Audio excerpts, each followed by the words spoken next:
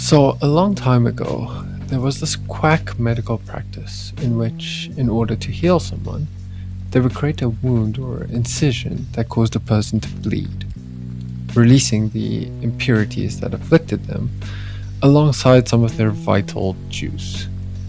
It's called bloodletting.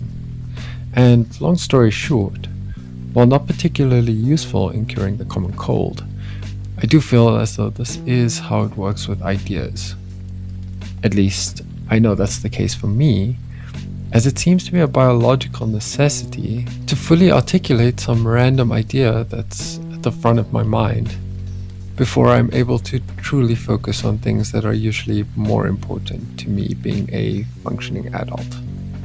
It is in fact a core premise and function of this channel, and the next example of this would be the 2022 DC film, The Batman. From the moment I watched this movie, I had an innate sense of discomfort with very many things, as others have previously noted the cast, story, or depictions as points of disappointment. But every time I think of this movie, I'm reminded of an idea for how I wish it had played out. I don't think this is unusual, as there is something that guides our understanding of storytelling, and we can kind of intuitively tell when something is off, incomplete, or contrived. It's exactly the same with the pattern of music. You know when it feels incorrect to you, because you have an expectation of rhythm and subconsciously delight in finding order in the world around you. When going a step further regarding someone else's story and trying to actually figure out what would amend this, there is always a very valid response. Write your own damn novel.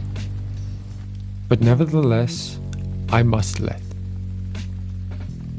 Before we proceed, allow me to provide some context.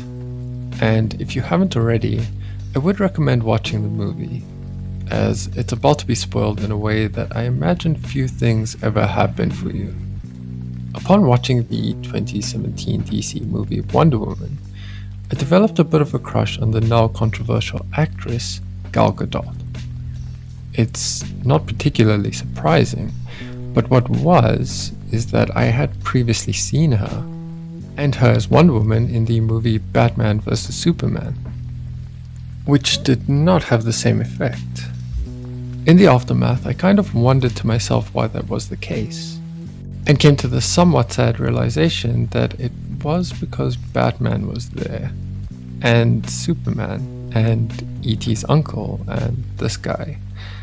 During my teen years, and continuing into adulthood, I truly fell in love with the dark, gritty, carefully told world of DC Comics, and its tapestry of lore that's been cultivated, connected, and crushed over decades. Here's an actual picture of me eagerly awaiting the start of the multiple-hour advertisement that was the DC Fandom event in 2020. In fairness to me, I was waiting to see the new Superman game that Rocksteady was about to announce, and then it was confirmed to not be the case. So maybe it was going to be a Justice League game. Sadly not. More on that to follow, but after that trailer came the showstopper, Matt Reeves' The Batman.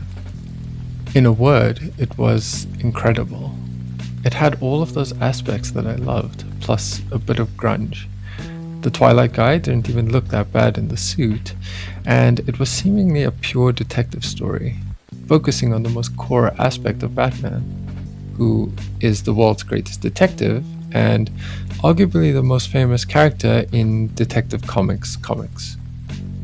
Truthfully, there are a number of different created iterations and interpretations since the character's debut 87 years ago, each adding a different layer to his persona, and the perspective of every artist or writer that works on a character is imbued in their history.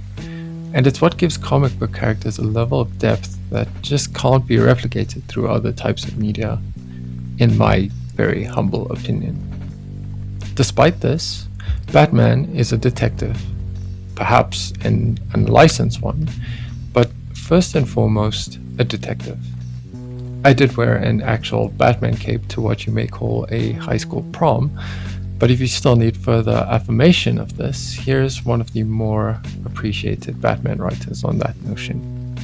He shows in some ways that Batman, at his roots, needs to still be the greatest detective. At his heart, he's born in detective comics, and at the core of the character is that Sherlock Holmes is that guy that, because he's human, needs to be smarter than anybody else to solve these crimes. And for me, the Riddler steps onto the stage and challenges that really, really basic and fundamental element of Batman's capabilities that needs to be there almost more than any other. I mean, that's Batman's superpowers. He's the greatest detective of all time.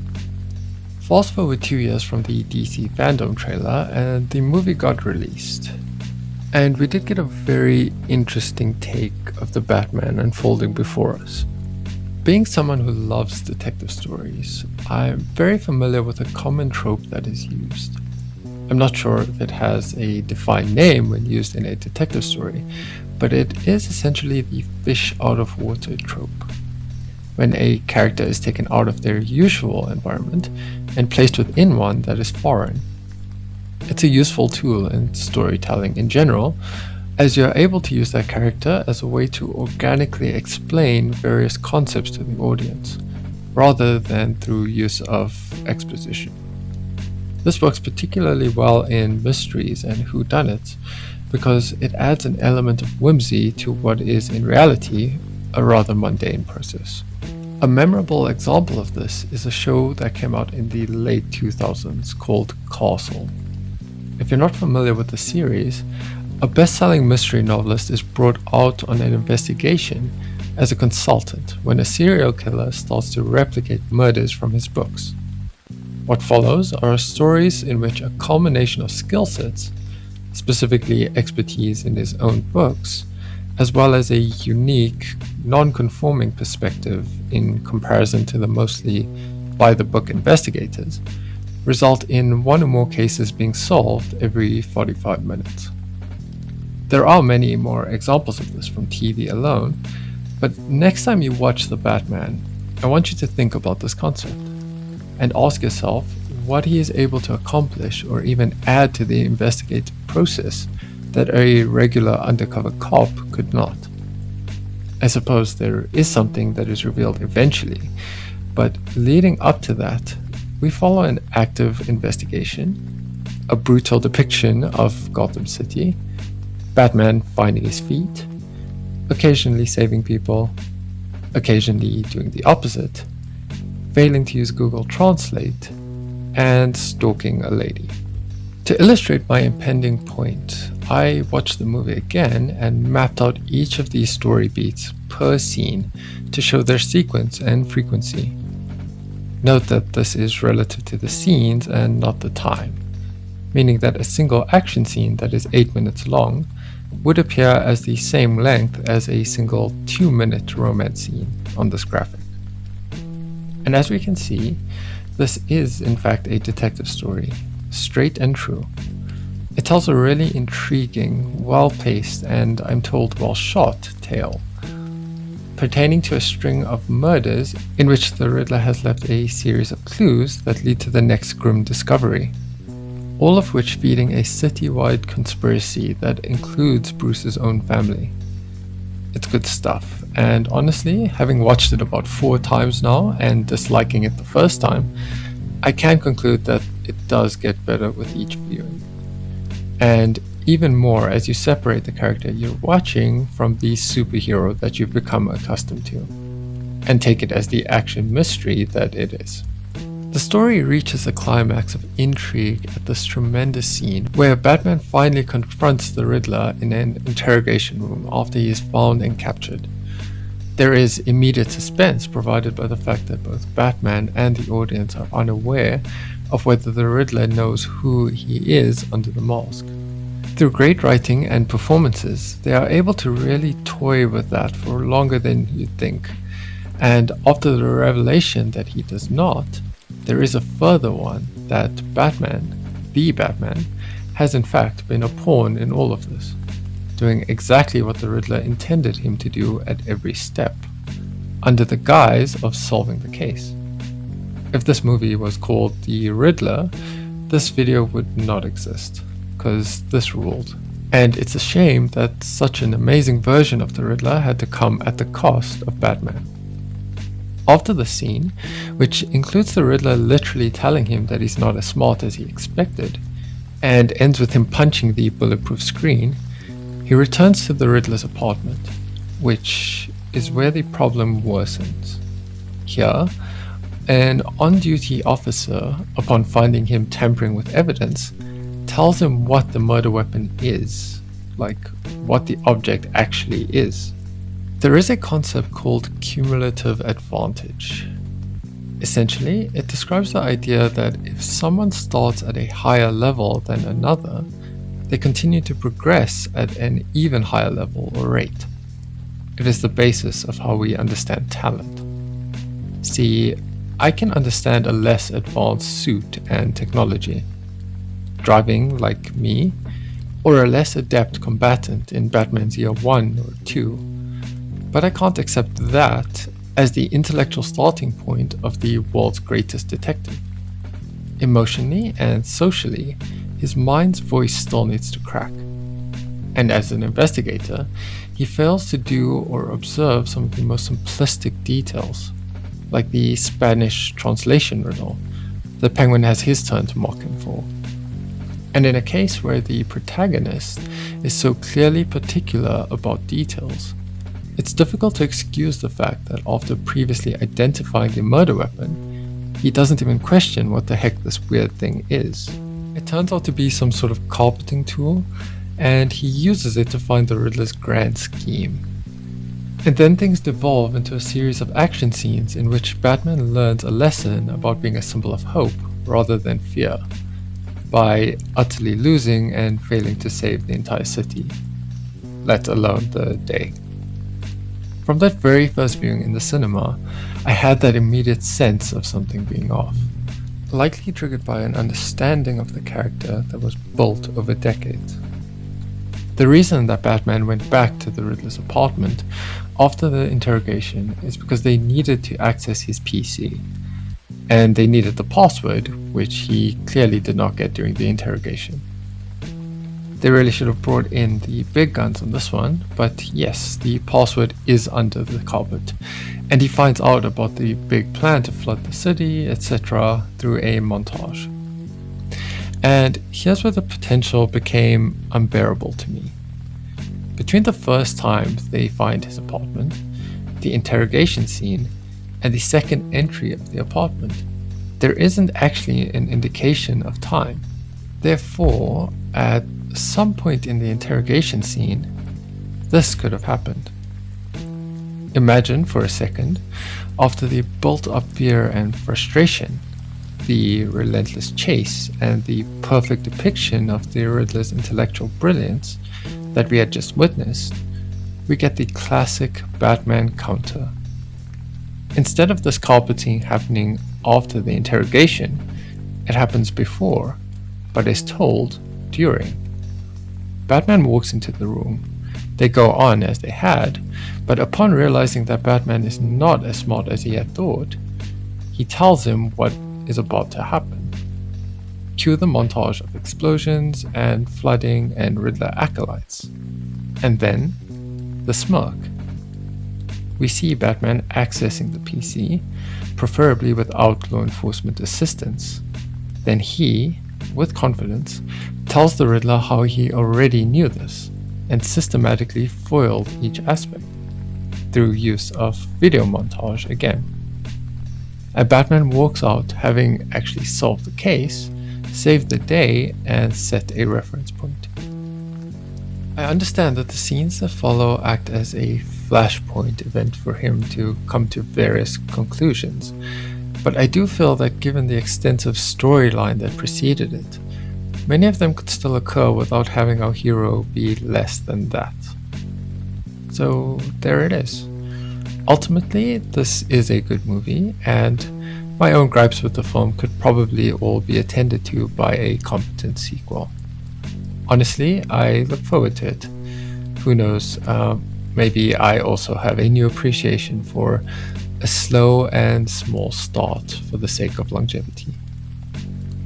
To justify a video for such an obscure premise and idea, I was probably going to mention something about narrative design and end things off by saying something fanciful like, what is design if not creating fiction? But there was still something that I couldn't stop thinking about. When I mapped out the story beats to illustrate this idea, I couldn't help but realize that you could probably observe any story like this with just the major beats. It was or would be useful for study or analysis, and perhaps production companies could use something like this for comparative analysis, though I do suspect that they would have something that has more relevant factors when doing so. So perhaps the important part of that specific graph wasn't the application, but the overall concept. Lines and forms to elicit the emotions that we desire to feel. If I ran each scene past you one by one, like a DDR screen, you would eventually begin to create the stories in between. We do this all the time.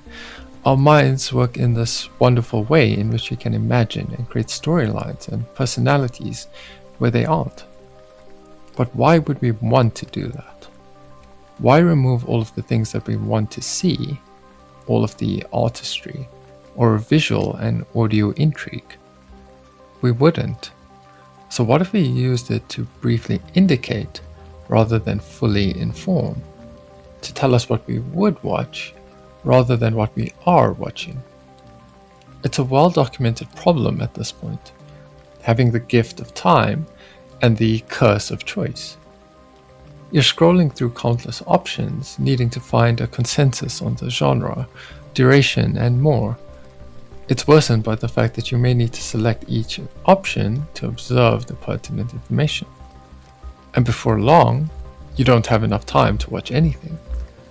So what if we could use the symbolism to assist in this? You'd start with the most simplistic answer. These symbols in the correct sequences tell us the information that we want to know. But what if other people only understand this instead? So let's use something universal, like imagery or iconography.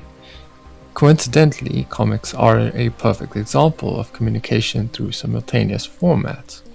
So this could represent comedy. Easy. But what is the symbol for horror or documentaries? It's in this uncertainty that we have the potential to create. And so, allow me to introduce you to cymatics.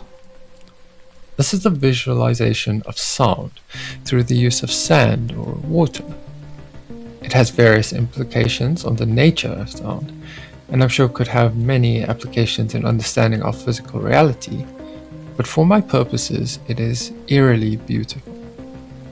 And using this inspiration, let's create a symbol that encompasses the major beats of a story and tell us what we need to know. The outer ring could tell us the duration by illustrating a number of 20-minute periods. So if a movie is displayed as having 4 of these illustrated periods, it is longer than 60 minutes, but shorter than 80. The inner circle is what illustrates genre, and while it may seem like a random form being assigned to concepts, I think you'll be surprised by how quickly something like this can be established, once applied and people associate symbols with known entities. A sporadic key always helps too. And lastly, the age rating, which is displayed by the line type. The softer the line, the lower it is. And of course, the inverse.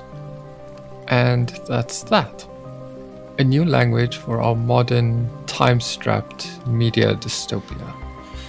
I don't believe this would actually solve that initial issue entirely, nor that this is the perfect or final iteration of this. But I do see the further potential of the designs as a culmination of the graphs, based on your viewing habits that you could share. Kind of like the Spotify rap stuff.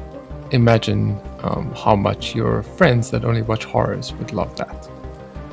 It is worth noting, though, that my initial idea was just to draw a smirking Batman on a piece of paper and say something like, why not put a smile on that face? But as the old saying goes, you never really know where a lead may take you. Until next time.